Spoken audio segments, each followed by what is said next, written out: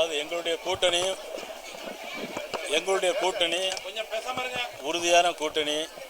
இதில் எந்த விதமான மாறுபாடும் கிடையாது. இதில் எந்த விதமான கருத்து வேறுபாடும் இல்லை. ஆனால் நீங்கள் தினசரி என்ன மட்டுமே கேட்டுக்கிட்டே இருக்கிறீங்க.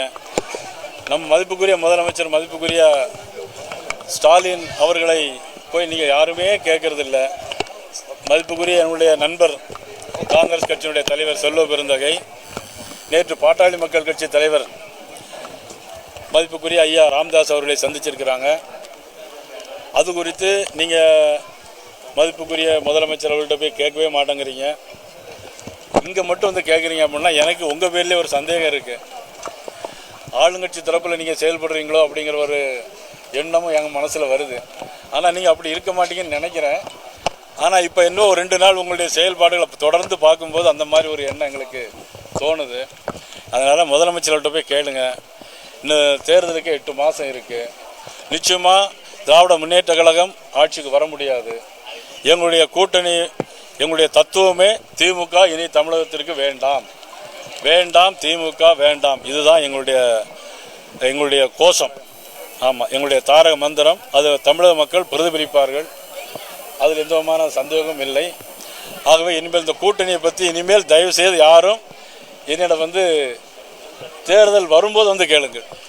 எங்களை மட்டுமே சுற்றி வரீங்க. ஒரு நாளாவது முதலமைச்சர்கிட்ட போய் விடுதலை சிறுத்தை கட்சி எத்தனை எங்களுக்கு கூட்டணி தான் முக்கியம், சீட்டு முக்கியம் அப்படின்னு சொல்கிறாங்களே, நீங்கள் எத்தனை சீட் கொடுப்பீங்க அப்படின்னு முதலமைச்சர்கிட்ட யாரும் போய் கேட்டீங்களா?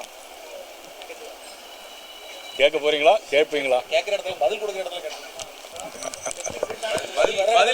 இல்லை, அதாவது இல்லை, உங்களுக்கே ஒரு மனசாட்சின்னு வேணும் இல்லையா?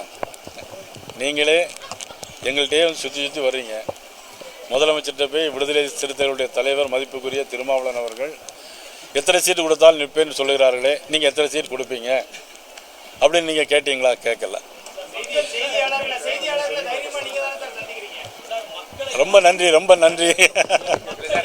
போய் செல்வ பெருந்தகை போய் பார்த்துருக்காரு. ஆமாம், பாட்டாளி நிறுவன தலைவர் போய் பார்த்துருக்காரு. இதில் அரசியல் இல்லைங்க.